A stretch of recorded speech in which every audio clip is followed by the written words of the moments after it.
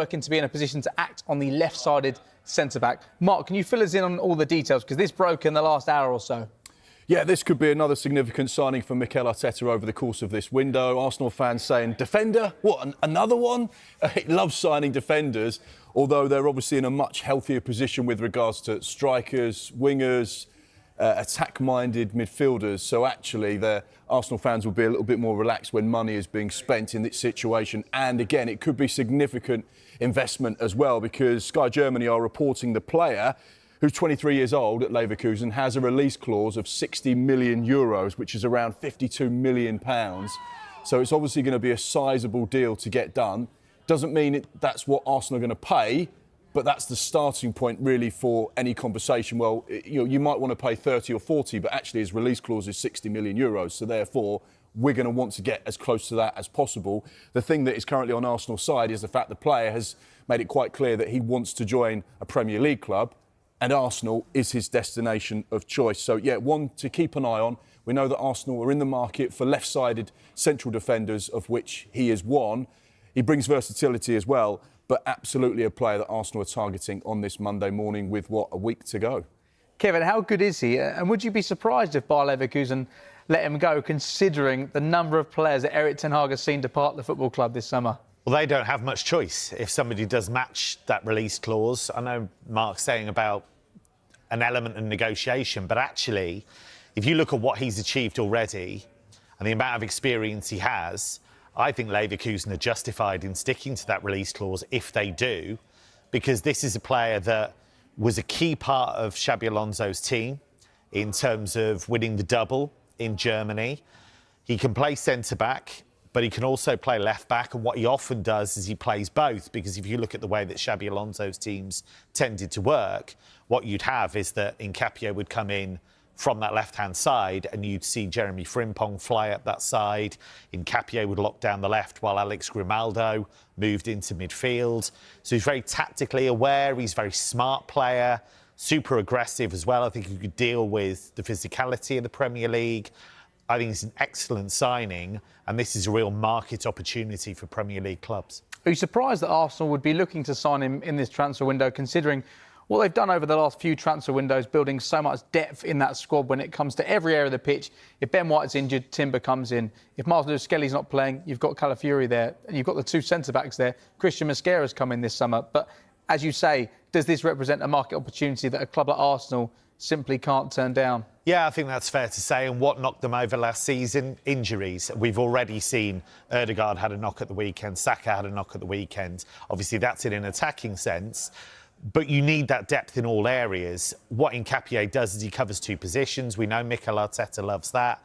And because of that tactical nous that he has, and he's worked under Xabi Alonso, I think he'd be able to adapt quickly to the kind of football that Arteta wants to play. So I can absolutely understand why Arsenal will go for him.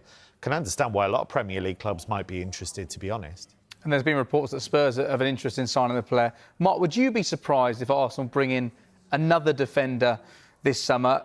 Clearly, there may be a need to move some of the other defenders on if they're to try to get this deal done. Would it surprise me? No. I think Kevin touched upon it there. The need for strength in depth is key, particularly with the pace that the Premier League and the intensity is played at.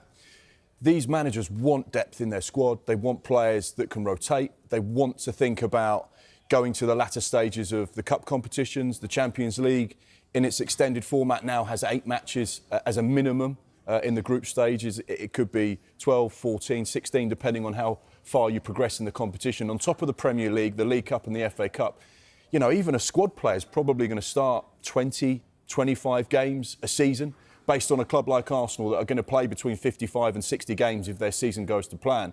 So you do need quality. He fits the profile of what Arsenal like to do. They like those players that are between the age of sort of 20 and 24, where they can mould, develop, improve, and then they still have that high resale value. And James, you rightly touched upon potential outgoings at Arsenal. There will be a number. They've got their kind of business done in the right way. The clubs that are run sensibly and effectively like to sign the players they want, get the targets in through the door, and then use the latter stages of the window to shift players on. There's talk about Gabriel Jesus, Alexander Zinchenko, Kiwior, Reece Nelson potentially to Fulham as well. So there is going to be some money generated. And market opportunity is another word you use, which I feel like is probably something that a lot of those clubs in the higher echelons of the Premier League like to use as well. Is this the right player for the right price? Because if it is, then we'll seize that opportunity and we can do that. And it very much feels like Arsenal are in that position at the moment. I think there's an important point about his development as well, because if you look at him, when he came in to Bayer Leverkusen, they took a bit of a punt on him to some extent because they've been so impressed with him at international level, they thought we've got to move because other clubs are going to get him. So they brought him in. Was he the finished article? Absolutely not. He was raw, he would make mistakes, he would give away penalties, he'd get sent off. But actually, he's really tidied up his game. Just another point, after the game against Hoffenheim at the weekend, which Leverkusen lost, he was in tears, which suggests to me he felt that could be his final game for Leverkusen. Would he fit into Arsenal's starting 11, do you think, straight away? And if he doesn't, would this be a project that appeals to him? Because his last 4 seasons in the Bundesliga, he's been a regular starter for a side that has won the Bundesliga and came so close to winning the Europa League as well. I think Mark's point about squad strength is a really good one, and the fact that you've got 8 Champions League games minimum, and because he can cover left-back and centre-back, then I think he would back himself to do that. I don't think he'd necessarily be looking at Gabriel and Saliba. They're probably the best centre-back pairing in the world. I think he'd be looking at that left-hand side because Lewis Skelly might end up playing in midfield in the long run. And I think he'd back himself to get in ahead of Calafiori in the long run, maybe. Again, like Calafiori, versatile. I think he'd back himself to be a big part of what Arsenal can do this season. OK, we wait to see what happens with Arsenal's signing of Piero Hincapié. Very early days. We wait to see what happens there.